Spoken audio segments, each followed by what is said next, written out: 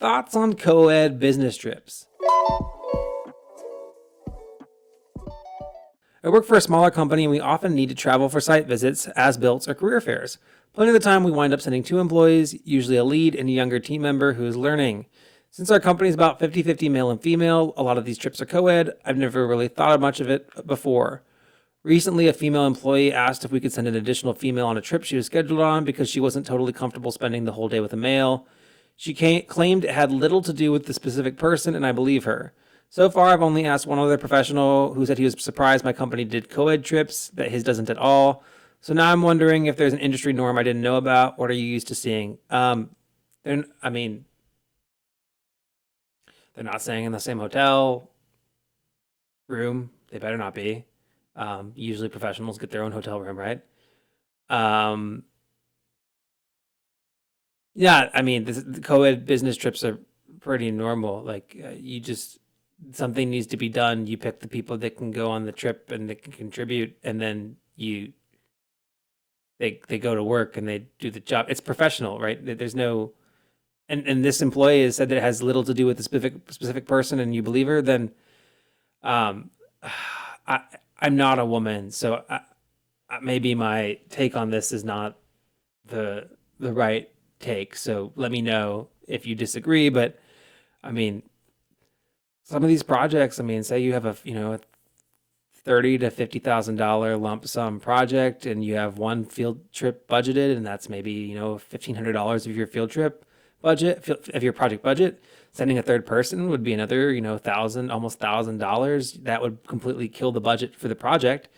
And you need to send two people, and so no, you don't have a room in the budget to send a third person. And if this girl can't go because she's not comfortable going with by herself with a man, then I, unfortunately, I'd probably just reach out to another team member that's willing to go and say, "Hey, can so and so can't go? Would anybody else be willing to go?"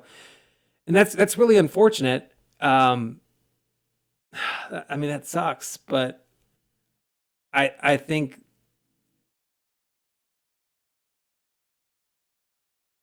I think that you need to do you press her on it? I don't know. Let's go to the comments and see if I can come up with a more formed thought on this. We have people because every environment that I've ever worked in, like people have, this is a new thing for me. I've never heard of this being a thing. We have people travel on co-ed teams all the time, separate rooms, of course, but they often share a rental car. If somebody was uncomfortable being the only woman, I'm sure we'd find a way to accommodate them. Though we've had to fire some guys for inappropriate comments directed at women coworkers, at least in part, they effed up in other ways as well. You need a counter of accountability or respect. And then she said she claimed it had little to do with the specific person. Had little or nothing. Ooh, that's a good thing. That's a that's a good thing to do. Yeah, again, if it's non-optional, then I mean, if it's one thing, if it's like overhead, like a career fair, that kind of thing, it's not optional. Then maybe you can try to find some more budget and send another senior woman engineer to go with this person. But then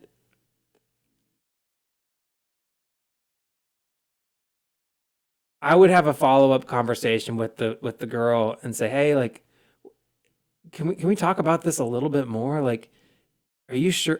You say it has little to do with this person. Are you? Are you? Is it little to do? Is it nothing to do? Like, did something happen? Can you be honest with me here?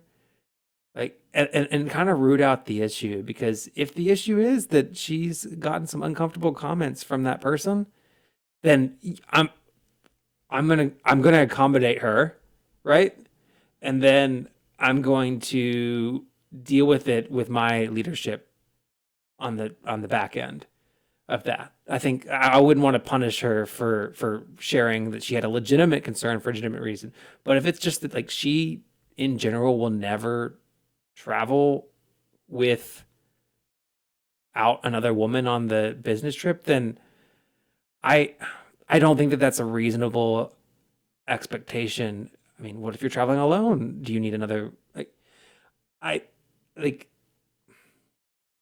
She needs to be able to fulfill the responsibilities of her job. And as long as there isn't a hostile work environment, right, then her working with men is just going to be a nature of it's going to be one of the responsibilities of her job. And if she can't fulfill that responsibility, I would have a candid conversation with her and say, hey, like part of your job expectation is that you're going to have to go on trips to do, as builts, site visits. And the reality is that we send two people to do these things. And if we send a third person and we price it up for a third person, we're not going to be competitive. We're going to lose the work. And if we can't send you every single time that there isn't a senior woman, then you're gonna miss out on opportunities to go on site visits and learn. And it's not because we're unwilling to accommodate you. It's just because that's that you're not able to fulfill a responsibility and part of your job. This might be controversial, but I don't think that that's something that is a reasonable thing. I think that also maybe setting her up with your employee assistance program and saying, hey, I think that do you have just connect her to the employee assistance program, and then maybe they might connect her to like therapy or a therapist that might kind of help her talk through and work through that whatever anxiety that she has that prevents her from being willing to work with other men in general. But I'm wondering in this case if there actually was something that happened. I would be more surprised. I'd be less surprised than anything that if there was anything. I wouldn't be surprised to hear if something had happened, and maybe she just doesn't want to be the one that brings it up and get retaliation. Maybe the guy just gives her the ick, and she doesn't want to say that. I mean, that could be the case, but if that's not the case, then you gotta have a serious conversation with her about like what the expectations of her role is. So, all right, on that controversial note, I'm gonna send this episode to all the woman engineers that I know that are in the audience, and maybe you guys can help me chime in on this. And maybe we'll do a follow up to this on the next episode of the podcast because that's a really good one. 12 sleepless hours later. The reality is, and if you're watching on video, you can see that I've changed clothes, and I spent last night talking to some woman that I trust, and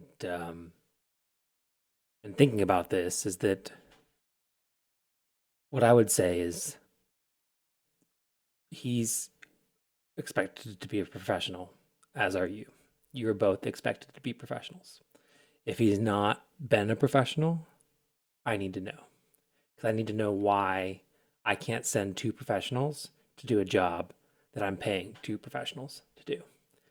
And if it just is that she's not comfortable, then I'd say, hey, the expectation of your role is that in a safe and professional environment, you're going to go out on site visits. And if you don't, then I'm going to find somebody else. And it's not a you thing.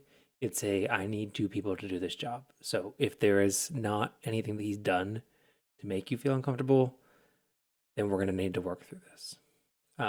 Because if you keep on having to pay three people to do a job for two people, are you going to be successful in business? Probably not. And she is going to have to learn how to work with men in her career. That is, being somewhere with a man for an entire day, her and the man out at a site. If that is, and there are so many other things that come through this. She might have a significant other that's controlling. She might have and maybe some people that haven't grown up in a household where their family members are professionals, or their partner that they're dating hasn't grown up in a household where their family members are professionals. Maybe they don't get that, and there might be outside circumstances, but the reality is to fulfill the responsibilities of her job, she needs to be a professional. To fulfill the responsibility of his job, the other person needs to be a professional too. And this is just an aspect of professionalism. So, all right, guys. Well, that was this episode of Engineering Success. I hope you guys enjoyed it. If you liked it, share it. Let me know. Leave a comment on Spotify and the YouTube comments. Share the video with somebody that you think would enjoy the podcast. And if you're looking to be a guest on the podcast, shoot me an email at daniel@engringsuccess.com. I'll catch you in the next one. Thank you so much. Bye. I'm miscommunicating. I just made a pilot, then they threw me on the stations. Now I'm not complaining. My thoughts get complicated, I cannot explain in layman's. Never losing focus because I ain't chasing payments. Still playing in the basement while I'm working on arrangements. They heard the kid in 50 countries, thank God that's amazing. But I'd rather thank Spotify, they put me on the station.